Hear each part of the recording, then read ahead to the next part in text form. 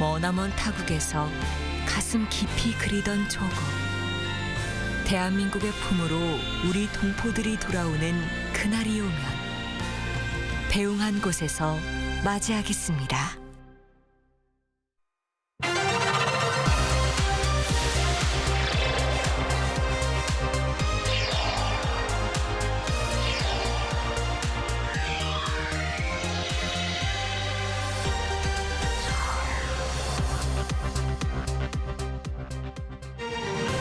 In our headlines on this Wednesday, October 30th, here on the Korean Peninsula. A small contingent of North Korean soldiers has already been stationed within Ukrainian territory, according to an American media report, to support Russia's military offensive there. Meanwhile, the US presidential election is now less than a week away, and all eyes are on the result of this race given its implications on the future course of Washington's partnerships with its allies, including South Korea. And speaking of South Korea, with autumn in the air, a number of national parks are gathering crowds given their scenic sights of the season's colors. A compact contingent of North Korean troops is reportedly already inside Ukrainian territory. Our Heung-min starts us off. A CNN report published Tuesday U.S. local time cited two Western intelligence officials who claimed that a small unit of North Korean troops is already in Ukraine. The officials expect the number to increase as North Korean military forces finish training in eastern Russia and move toward the front lines of the conflict. This information goes beyond confirmation provided earlier by the U.S. government. As we highlighted earlier this week, we believe that the DPRK has sent approximately 10,000 soldiers in total. A portion of those soldiers have already moved closer to Ukraine towards Russia's Kursk Oblast, near the border with Ukraine, approximately a couple thousand, with a smaller number already present in the Kursk region. While the U.S. government said it does not have information to address reports of North Korean forces in Ukraine, it expressed concerns about potential developments and noted that it is closely monitoring the situation. We are concerned that they do intend to employ these forces in combat against the Ukrainians, or at least support combat operations against the Ukrainians in the Kursk region. This follows an earlier claim by the Lithuanian NGO Blue Yellow, which has been assisting Ukraine's military, that the first encounter between Ukrainian troops and North Korean military forces occurred on October 25th in Russia's Kursk region, leading to the death of all but one North Korean. U.S. President Joe Biden on Tuesday also expressed concerns about the presence of North Korean troops in Russia, stating that if they cross into Ukraine, Ukraine should respond with force. On the same day, State Department spokesperson Matthew Miller criticized Russia and North Korea, stating that the deployment of North Korean troops marks a significant escalation in the DPRK's ongoing involvement in Russia's illegal actions and another breach of UN Security Council resolutions. Heung-min, Arirang News. South Korea's support for Ukraine will remain unaffected by the result of the U.S. presidential race. Remarks to this end were shared by the top office on this Wednesday in response to questions by the press pool here about the possibility of a shift in stance by Seoul in the event of former President Donald Trump returning to the White House. The Yongsan presidential office has vowed unwavering support for Kyiv as the stance is in line with Seoul's own interests. Separately, a special Ukrainian envoy to South Korea is expected to arrive soon, assigned with the task of strategic bilateral partnership in light of North Korea's troop involvement in Russia's war against Ukraine. And North Korean troop presence on the front lines of Russian aggression against Ukraine has Western leaders sharing their concern about the future course of the Kremlin's military offensive in Eastern Europe. Our Heung-min has more. On Tuesday, NATO's new Secretary General Mark Rutte met with EU President von der Leyen, during which they discussed the war in Ukraine and called it the biggest threat to peace and security on the continent. And for the first time, NATO confirmed the deployment of North Korean troops to Russia and their operation in the Kursk border region. Rutte said the confirmation was based on weeks of intelligence reports and a meeting with South Korean security and defense officials on Monday. He added that the recent deployment of North Korean troops to support Russia posed a serious threat, which represented a significant escalation and a dangerous expansion of Russia's war in Ukraine. And world leaders are voicing their concerns over the situation. After a meeting with Chinese President Xi Jinping in Beijing, Finnish President Alexander Stubb said in a press conference that North Korean activity, both in terms of arms exports and especially the sending of troops to Russia, was escalation, expansion, and provocation. My own analysis is, this is my analysis, not the words of the president, is that for China, the Chinese-North Korea relationship is not very comfortable at the moment. Because as a matter of fact, it can lead to escalation. On Tuesday, the Pentagon also confirmed that of some 10,000 North Korean troops sent to train in eastern Russia, a portion of them have already moved closer to the Kursk region. Spokesperson Major General Patrick Ryder said that there was still no information on how the North Korean troops will be used in operations against Ukraine or if they have crossed the border yet.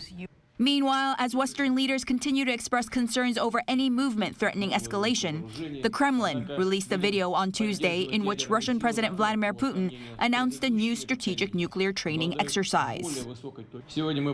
Today, we are conducting another exercise of strategic deterrence forces. We will work out the actions of officials in controlling the use of nuclear weapons with practical launches of ballistic and cruise missiles.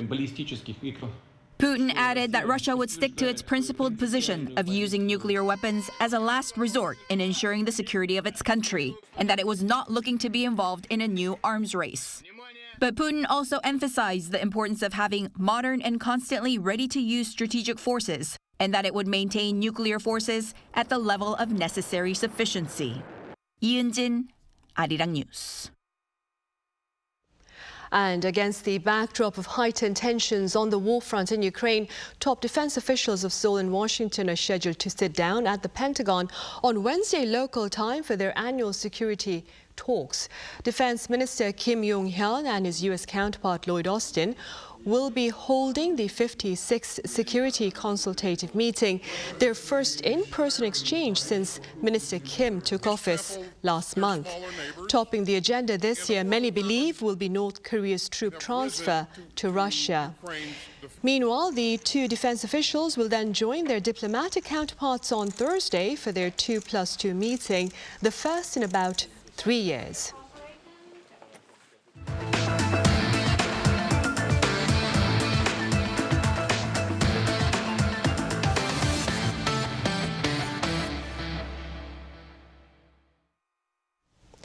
We are now counting down less than a week to the U.S. presidential election, whose result will have implications that go beyond its borders to affect the future course of its partnership with allies, including South Korea.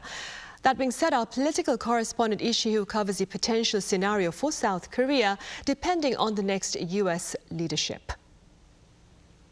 It's an exceptionally close race to the White House, with the latest polls showing Harris and Trump neck and neck in many states. But what now for South Korea, one of the U.S. key allies, working closely together in trade and diplomacy? Experts in trade and foreign policy suggest uncertainties under Trump and a continuation of Biden's policies under Harris. In the case of Trump, regardless of whether it's isolationism or nationalism, it's a form of national priority that doesn't really consider the alliance. So Trump may impose high tariffs on all cars. South Korea and the other allies cooperate in the battery supply chain, and we can sell the US, for example, our positive electrode materials we produce. But Trump may not really keep in consideration this kind of alliance. While Trump's policy is probably applicable regardless of sectors, Harris and the Democrats will likely focus on a few selected areas for cooperation. Well, Harris and the Democrats value the alliance, and we are an ally of the US. Although the US emphasizes domestic production in certain sectors for national profit, the US does cooperate in other sectors when it's needed. When it comes to the security alliance and defense costs, which Trump in his campaign has repeatedly called for South Korea's greater financial input, the Korea Institute for Industrial Economics and Trade predicts South Korea could expect not only an increase in defense costs, but also less cooperation in defense and weapons technologies. A policy expert, too, says there may be a big demand. We will obviously expect a massive crisis in cost-sharing negotiations. President Trump has been very clear that he does not think the current arrangement is satisfactory.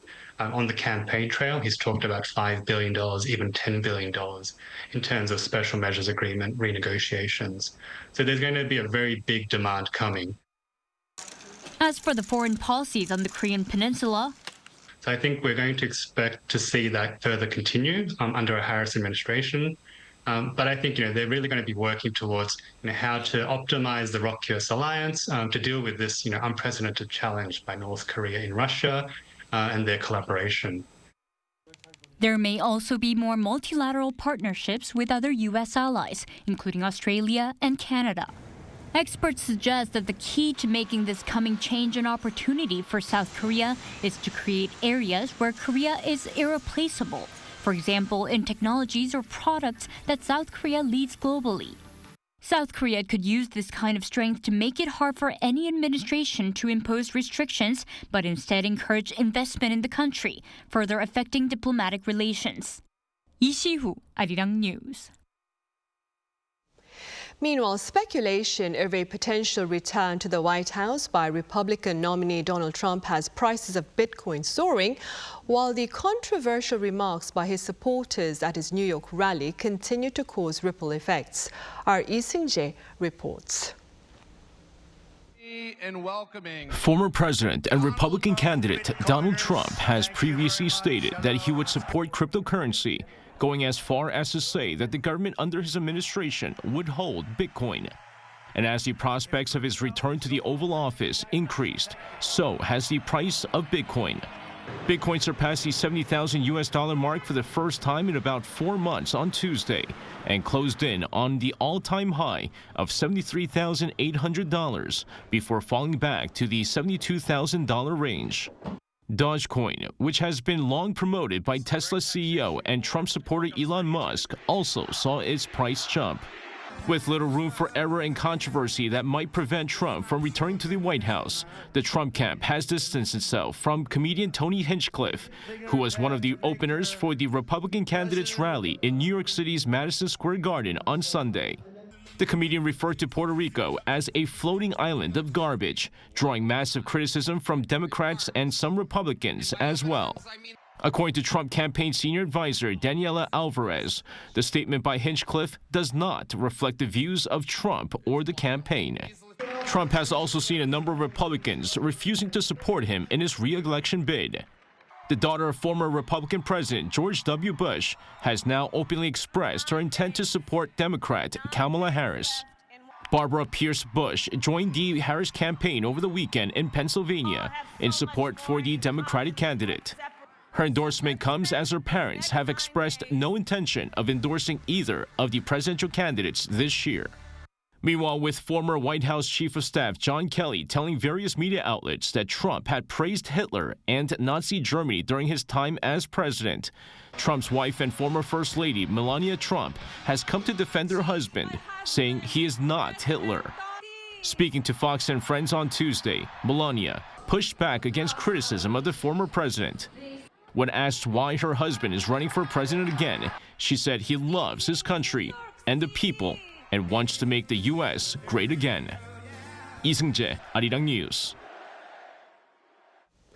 In other news, South Korea's relationship with the Food and Agriculture Organization of the United Nations dates back 75 years. And in light of this occasion, our An Sun-jing takes a closer look at their ties over those years. From recipient to donor, South Korea's relationship with the Food and Agricultural Organization of the United Nations has changed dramatically over the past 75 years. The country is now one of the FAO's major donors, contributing to food security and sustainability for developing countries. The two have fostered a mutually beneficial partnership to achieve mutual growth and innovation for agricultural development. FAO will continue to work closely with its members, particularly the government and the people of the Republic of Korea, for more efficient,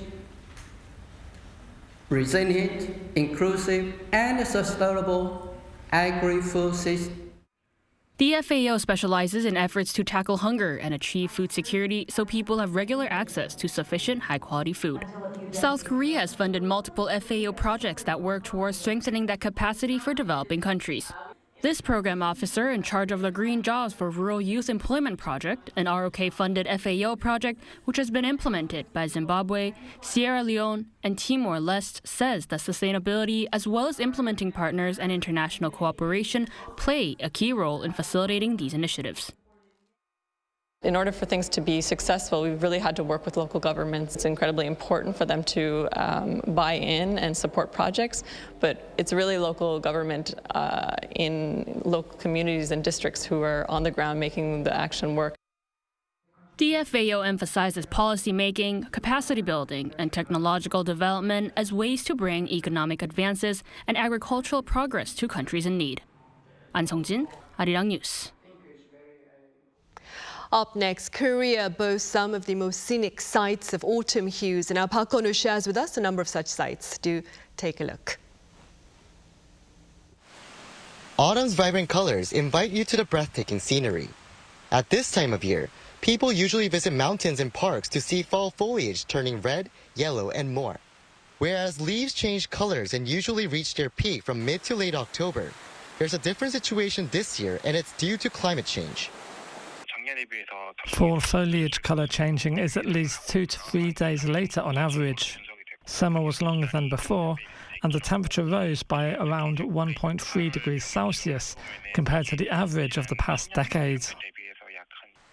The same expert also said that leaves could fall earlier than expected due to strong winds and colder weather down the road. Still, there are many options nationwide to enjoy fall foliage, as the peak season for major mountains is several days later compared to the earlier forecast by the Korea Forest Service. The organization says that only 20% of the leaves on Naejangsan Mountain, for example, in the south of the country, had changed colors by last week. Since the organization sets the peak season as when at least 50% of the foliage changes its colors, it's estimated it could be early November or even a bit later. I'm currently at Yeonsan Mountain Provincial Park located in Gapyeong-gun County in Gyeonggi-do Province northeast of Seoul, where you can enjoy an amazing view of fall foliage. This place is a very peaceful place where you can enjoy birds chirping along with the sound of the water from the valley, and there's also a fresh breeze. Many visitors also visited this area that's been chosen as one of the 5 best forest paths for leaf peeping this year by the KFS. A few days ago, I visited a different mountain because I heard that place had reached peak season, but it hadn't. But this place was really nice with a lot of maple trees, so it made me lose track of time. This year, the autumn leaves are late, so people said it's not that pretty. But this place is good because it's close to the city and was so beautiful from the entrance.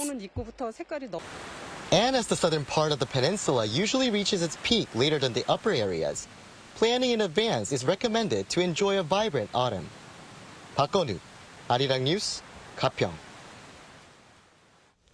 And starting November 1st, that would be this coming Friday, entrance will be restricted to Bukchon Hanok Village in Seoul's Jongno-gu district. The restriction comes in line with efforts to ease the repercussions of over-tourism. Accordingly, from 5 in the evening to 10 in the morning, the area from Bukchongno and Bukchongno Ogil to Changdeokgung Ilgil will be off limits to tourists. This means tourists will be allowed to access the area over a time frame of 7 hours between 10 in the morning until 5 in the evening. The area will be divided into red, yellow and orange zones depending on the level of discomfort to residents in the area. Come next March, those caught violating the restriction will be fined, but guests at accommodations in the area as well as patrons to shops will be exempt. On the football field, Team Korea's captain Son Heung-min has been named the Asian International Player of the Year by the Asian Football Confederation. The award ceremony took place at Kyunghee University here in Seoul on Tuesday, but Son was not able to attend. He is also the captain of English Premier League club, the Tottenham Hotspur, and has won the award 3 times before in the years 2015, 2017 and 2019. The award is granted to the top Asian player who plays outside the continent. No other player has won the award more than once.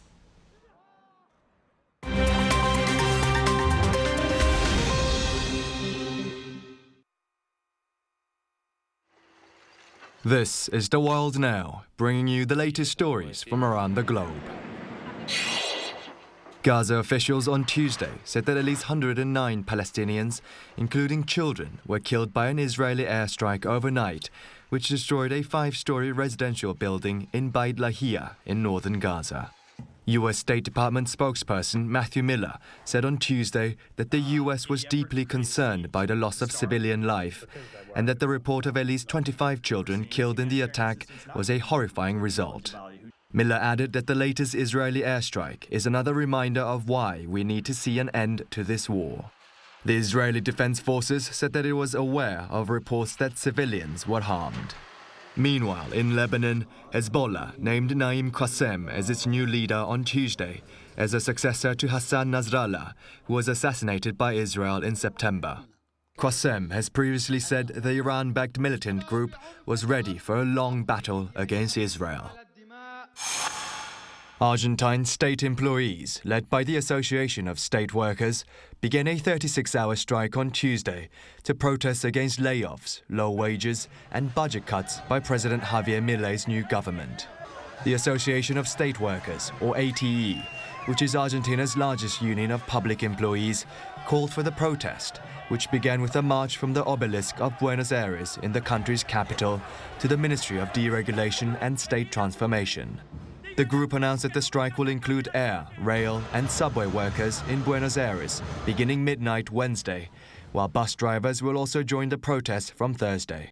The ATE is demanding that Milei's government prevent the state from being taken over by large business groups. Spanish footballer Rodri, who plays as a midfielder for Manchester City, has won the 2024 Men's Ballon d'Or, an award given to the best football player in the world. 28-year-old Rodrigo Hernandez Cascante, who goes by Rodri, won his first Ballon d'Or on Monday local time.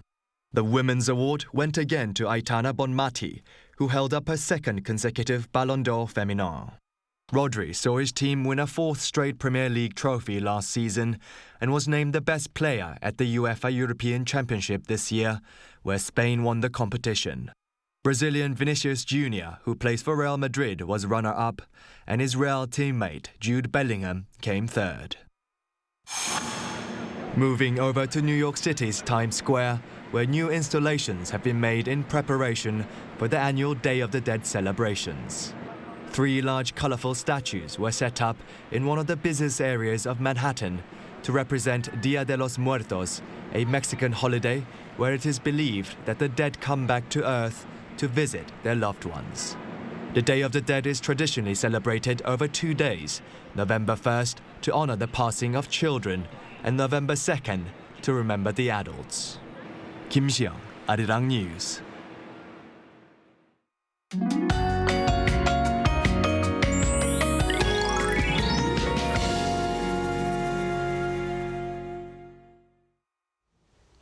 Today, with clear skies continuing throughout the day, the whole country was mild with temperatures above 20 degrees Celsius. However, with smoke from overseas, the concentration of ultrafine dust in the Seoul metropolitan area in Chungcheong-namdo province will rise to bad levels overnight. The dust will gradually clear up from tomorrow afternoon.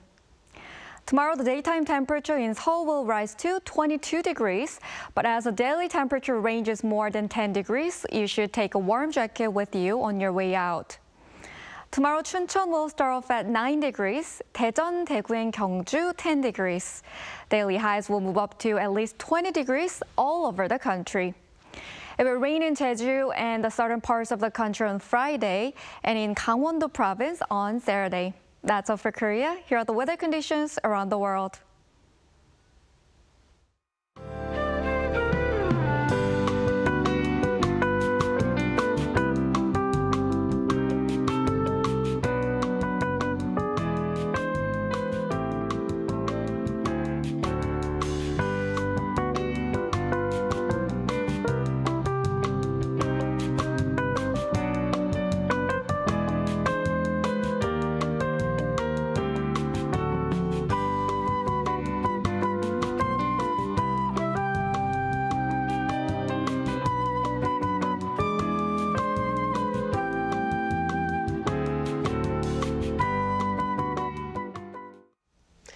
Right, those are the headlines at this hour here in South Korea. Thank you for watching.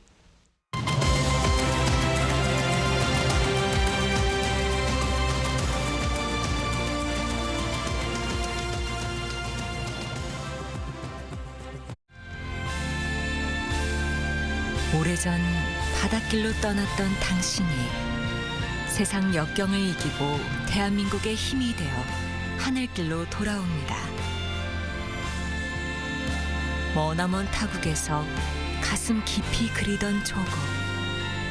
대한민국의 품으로 우리 동포들이 돌아오는 그날이 오면 배웅한 곳에서 맞이하겠습니다.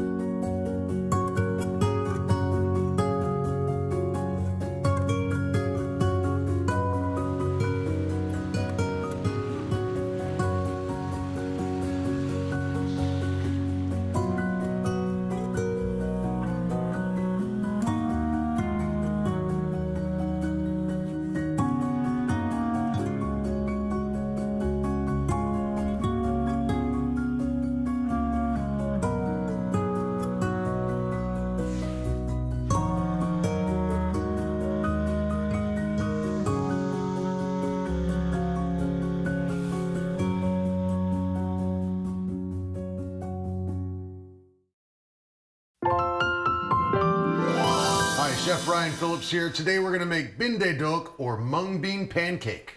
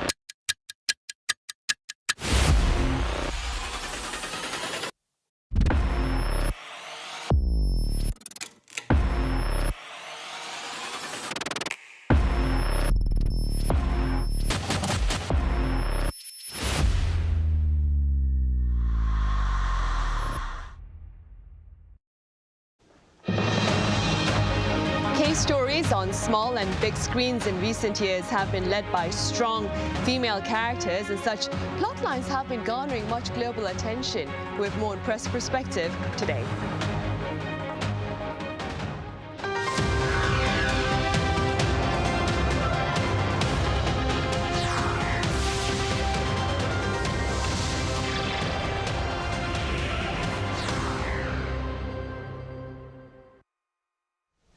Hello and welcome to Wednesday's edition of Press Perspective, during which our panel of press members touch upon the weekly Hallyu highlights that have been making international headlines as well. For this, I have Sue Kim, a Korean culture and entertainment reporter for the weekly American magazine Newsweek. Sue, it's a pleasure to have you with us. Thank you. It's a pleasure to be on. Right. I also have reporter Chi Ji-hee here in the studio. Chi, it's great to have you here. Thank you for having me. Right, Chi, female narratives are dominating Korea's small screens as we speak. Let's start off then with this refreshing phenomenon. Sure. So recently, Korean television dramas have seen a surge in female-centric narratives, marking a significant shift in storytelling. So this trend reflects not just a changing audience preference, but also a broader cultural shift toward more diverse and empowered portrayals of women on screen. So popular dramas like A Virtuous Business featuring Kim So-yeon and Jung-yeon, The Star is Born starring Kim Tae-ri are prime examples. And these dramas have resonated with viewers, breaking into top buzz rankings and achieving strong ratings as well. So Kim Tae-ri's Jung-yeon achieved record-breaking ratings, cementing its place as a standout drama this season. And similarly, A Virtuous Business has achieved new highs as well, reflecting its popularity with audiences, particularly in its nuanced portrayal of its female lead. To be specific, Jung-yeon이 is set in the 1950s after the Korean War, and it depicts the story of a character who is naturally gifted singer, dreaming of becoming a successful actress in Seoul, and the character struggles to stay afloat and tries her best to become one of the best in the industry. And on the other hand, A Virtuous Business is set in the early 1990s, depicting the story of three housewives and one single mother who start an adult products business in their rural hometown in order to have financial independence as women. Well, the drive behind all this change, part of it lies in the increasing appetite for narratives that explore more layered and complex portrayals of a powerful female character. And from historical dramas to modern-day settings, these shows are tackling subjects like ambition, hardship, and self-determination, narratives that were previously underrepresented in the industry among women.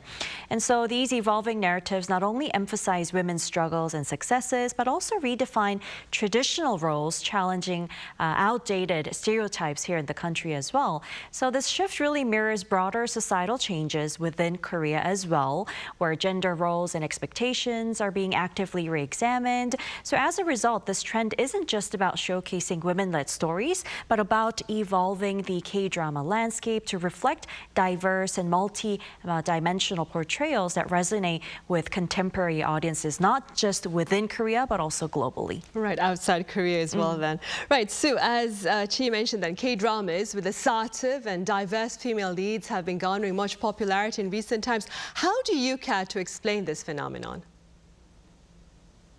Yeah, I think, as they say, art imitates life, and I think the prevalence of these strong, sort of assertive female characters that we've been seeing more of in K-dramas and films as well in recent years is, I'd say, definitely a reflection of the times we are in now and how the views of women and their roles have been evolving on a societal level in recent years. I mean, it's certainly been a very interesting time for women in South Korea in the past, I'd say, probably near a decade or so, from the launch of the Me Too movement back in 2016 in South Korea and spurred on by the global movement, and to women in more recent years choosing not to get married or foregoing having kids, which has already been having quite a seismic impact on the fate of the country's population.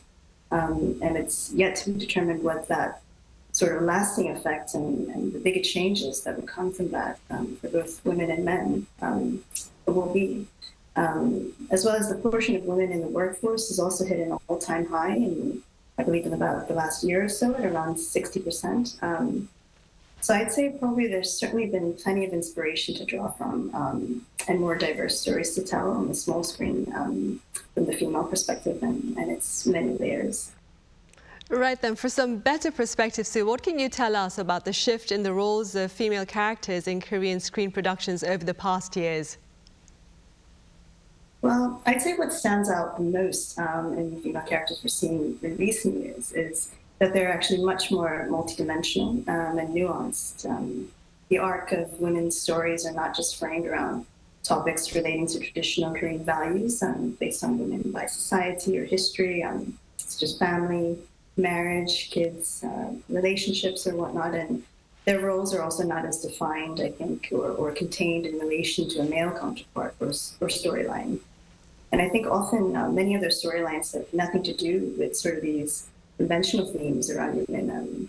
For example, we're just seeing a lot more complex stories of female heroines portrayed even in sort of period dramas, which is a time when traditional gender roles around women had taken quite a stronghold. I think I've seen this sort of like in the Cult Kingdom series on Netflix, where one of the female leads plays a physician who plays quite a pivotal role in the search for a cure for the zombie outbreak. And I think also women are just no longer just playing the, quote, virtuous roles as well, as delegated by Confucian sort of values and teachings in the past. They're playing the villains. They're playing the darker, more controversial, sort of flawed and messy characters that we're seeing on the screen. Right, flawed characters like the one played by Song Hye-kyo in The Glory, I believe, right, which was quite a hit on Netflix as well. Chi, I hear this current shift to stronger female leads has been covered by the foreign media as well, right? Do tell us a bit more about that. That's right. So many foreign media outlets, including Forbes, have been keenly observing and celebrating the emergence of strong female leads in K-dramas these days. Now, in a detailed analysis, Forbes pointed to dramas like Agency and Mine as key examples of this trend, which reflects a broader societal shift in Korea toward gender equity and nuanced portrayals of women. Now, these shows feature women who are not just supporting characters, but play pivotal, independent figures in their narratives. So by embracing flawed, like you mentioned, and ambitious characters, these dramas resonate with a global audience thirsty for stories of female empowerment. And Forbes emphasizes that K-dramas with these empowered female characters are shedding traditional stereotypes, focusing instead on women navigating careers, power struggles, and personal hardships, and of course, growth. So this pivot in storytelling aligns with evolving cultural norms once again in the country, while also appealing to audiences beyond its borders. And this new wave of narratives contributes to the global appeal of Korean dramas, positioning them as agents of cultural change, both domestically and internationally. And how are these foreign media reports perhaps explaining this tangible shift in the portrayal of the female character within K-dramas and K-movies? Well, foreign medias, including BBC and CNN, have extensively covered the evolution of female representation in Korean dramas, attributing it to a broader societal shift within Korea. So according to the BBC, this change reflects demands for a more progressive portrayal of women that aligns with changing gender roles. And dramas like The Glory, as you mentioned earlier, and Revenant explore female resilience in the face of violence and social injustices, reflecting real-world issues such as workplace discrimination, bullying, and revenge porn even. For example, The Glory depicts a woman's journey from being a victim to taking revenge, offering a strong narrative against bullying and power dynamics.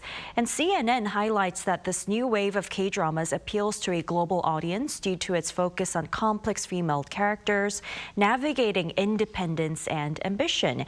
And many of these characters challenge patriarchal systems, reflecting broader social transformations in South Korea, where traditional expectations of women are being redefined.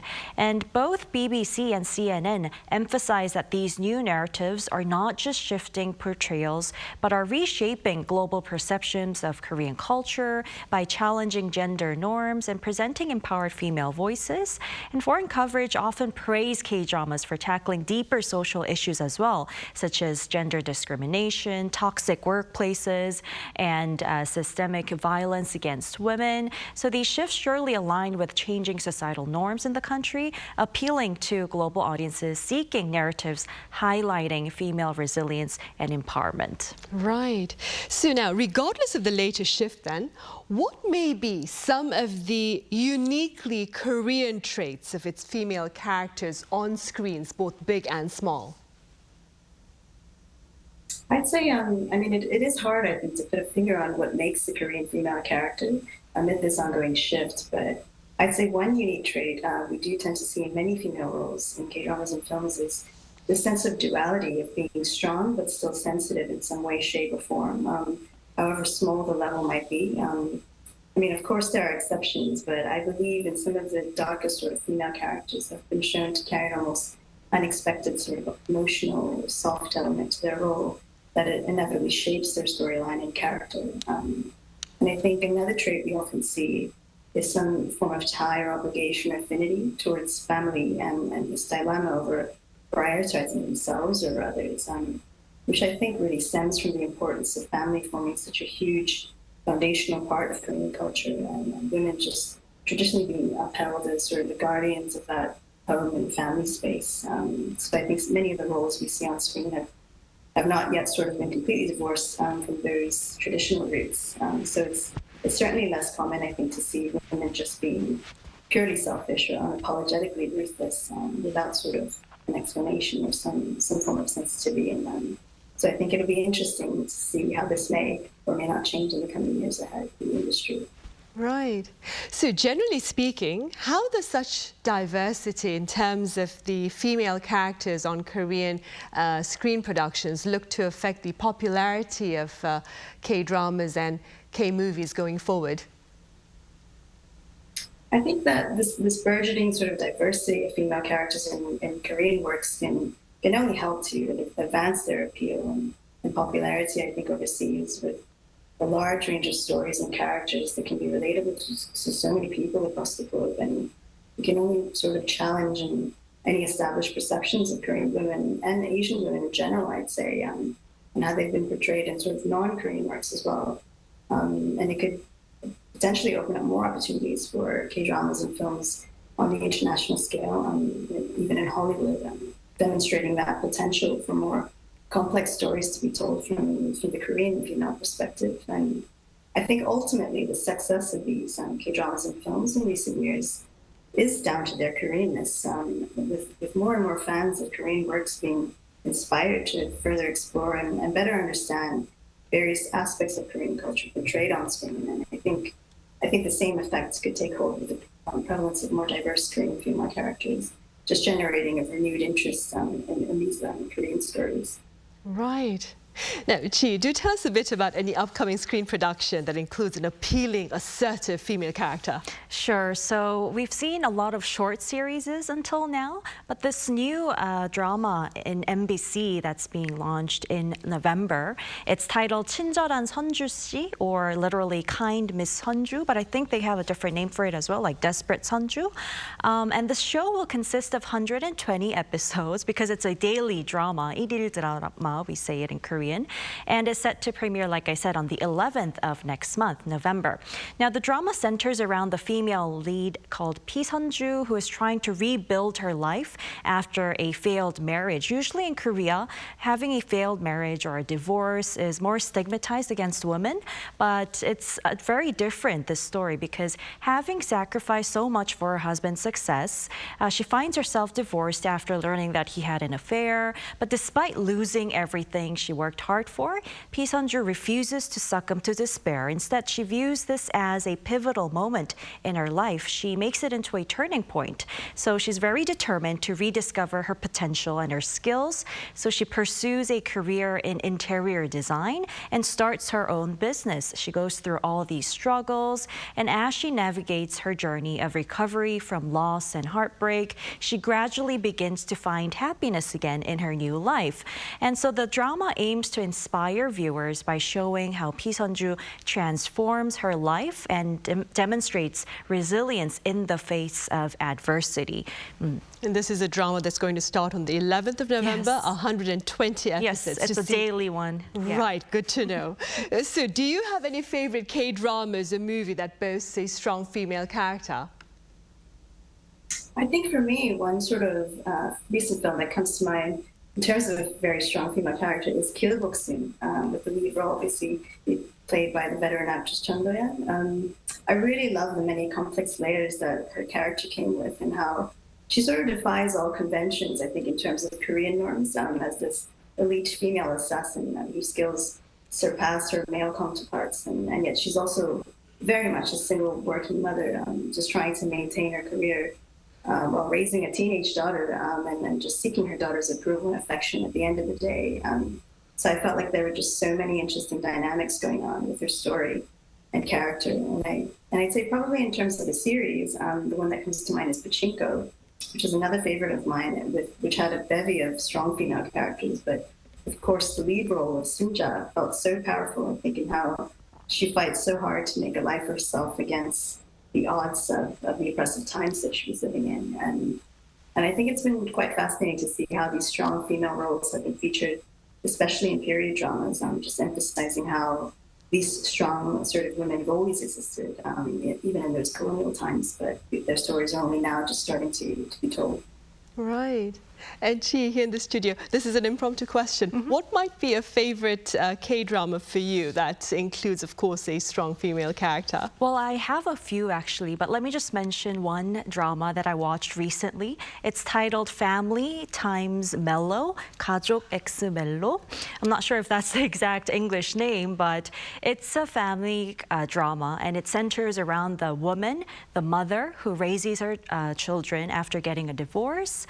And she's like the pivotal character, and her first daughter, she's in charge of sort of making the money. She's like the breadwinner after the divorce of her parents, because her dad used to earn all the money, but there were some family issues. And later the father comes back, but they don't depend on him, even though he came back being very rich. So I really liked how they still have that strong, independent woman figure, the daughter and the mother, continuing throughout the drama. And it was a very heartwarming family sort of drama that I really liked and watched recently with a female lead. Right. Sue, like I mentioned at the start of our talk, you are a Korean culture and entertainment reporter for American weekly magazine Newsweek. Is there a particular subject or topic that your readers seem to be especially interested in, beyond, of course, K-dramas and female characters? Are they more interested in K-pop? Do you see them being more interested in bigger screen productions? I think in recent years, I probably started from the Squid Game phenomenon that I think really ignited a genuine more interest in K-dramas. That's what I've been seeing in terms of our readership. I remember at the time when Squid Game had just come out, and I just started talking about it. It was, no one could have predicted the phenomenon that it had become, and I think people were, constantly just seeking out every aspect and dissecting every aspect of that show. So I think there's definitely been a greater appetite for K-dramas in general. I mean, I think Korean films have sort of been, I think, on the map, but I think in recent years, K-dramas have certainly been coming to the forefront for our readership. Right, and staying with K-dramas, of course, Squid Game Season 2 is set to be out in December, I believe, right, Sue? All right. Yes, I think that's Christmas, yeah. Right. Well, that's all the time I'm afraid we have today. Sue, thank you so much for your time and thoughts all the way from London. And Chi here in the studio, thank you very much for your insight. Thank you, Sunny. Right, well, that ends this edition of Press Perspective. Thank you for watching. Do join us again tomorrow.